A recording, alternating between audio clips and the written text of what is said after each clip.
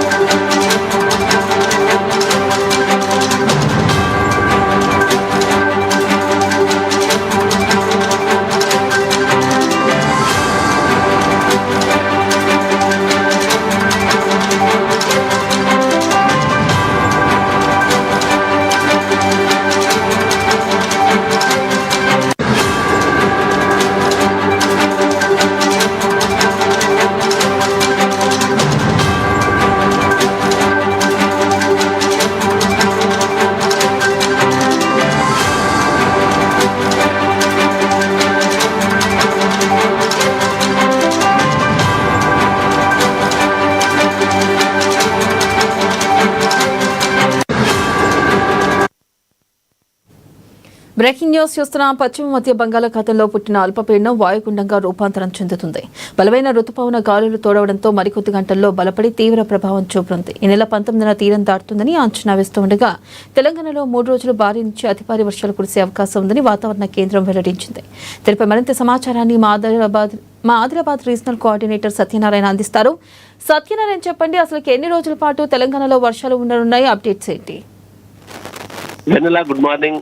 అయితే ఇటీవలే 13, 14, 15 ఒక గండం దాటింది. అంటే అల్పపీడనం రూపంలో బంగాళాఖాతంలో మరో అల్పపీడనం కారణంగా మరో వాయుగుండం ఒక వానగండంగా మారేటటువంటి ఒక అవకాశం నేపథ్యంలో మాత్రం మరొక మారు తెలంగాణలో భారీ వర్షాలు కురిపోయినటువంటి ఒక వాతావరణ శాఖ హెచ్చరికల నేపథ్యంలో మాత్రం ప్రజలు మరొకసారి అప్రమత్తంగా ఉండాల్సినటువంటి ఒక అవసరం ఎంతైనా కనిపిస్తోంది. ఇదే విషయమై ఇటు మంత్రులు, అధికారులు, తర్వాత పూర్తి జిల్లా యంత్రాంగం అంతా కూడా ఎక్కడికెక్కడ అప్రమత్తం చేసినటువంటి ఒక పరిస్థితి.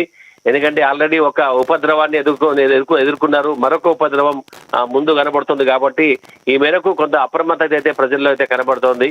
అయితే ఇదే విషయమై కూడా ఇంకా మరింత అంటే దాదాపుగా ఎక్కడైతే ఈ యొక్క లోతట్టు ప్రాంతాల ప్రజలు ప్రధానంగా నివసించేటటువంటి వాళ్ళు ఉన్నారో వాళ్ళు చాలా జాగ్రత్తగా ఉండాల్సినటువంటి అవసరం ఉంది. ఎందుకంటే ఎల్లో అలర్ట్ అనేటటువంటిది ఆదిలాబాద్ జిల్లాకు జారీ అయినటువంటి సందర్భం. ఆదిలాబాద్ తో పాటు మరో తెలంగాణలోని 9 జిల్లాలకు కూడా ఎల్లో అలర్ట్ జారీ కావడం వల్ల మాత్రం ఇటు ప్రజలు మాత్రం ఖచ్చితంగా అప్రమత్తంగా ఉండాల్సినటువంటి అవసరం. ఎందుకంటే దీంతో పాటు అంటే ఈ యొక్క బంగాళాఖాతంలో ఏర్పడినటువంటి అల్పపీడనం వాయుగుండంగా మారడంతో దాదాపు గంటకు 30 నుంచి 40 కిలోమీటర్ల వేగంతో గాలులు కూడా అంటే వర్షానికి గాలి కూడా తోడేటటువంటి అవకాశం ఉంది. కాబట్టి నష్టం భారీ రేంజ్ లో ఉండే అవకాశం కూడా ఉంటుందేమో అనేటువంటి ఒక ఆందోళన అయితే ఇటు ప్రజల్లో అయితే నెలకొంది. కాబట్టి ఇది అధికారులు కూడా వెంటనే రివ్యూ మీటింగ్లు పెట్టేసి జిల్లా మొత్తం అధికారులందరినీ కూడా అప్రమత్తం చేశారు. నిన్ననే జిల్లా ఇన్ఛార్జ్ మంత్రి జూపల్లి కృష్ణారావు కూడా ఇటు ఆదిలాబాద్, నిర్మల్ జిల్లా కలెక్టర్లతో జూమ్ మీటింగ్ తీసుకొని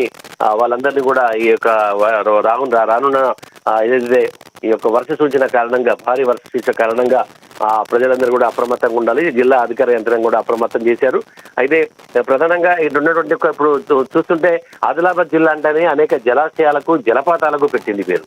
కాబట్టి ఈ యొక్క జలాశయాలు, జలపాతాలు ఎక్కువగా ఉన్న కారణంగా ఇవన్నీ కూడా ప్రతి జలపాతం కూడా ఉధృతంగా ప్రవహిస్తోంది, పరవళ్లు తొక్కుతోంది.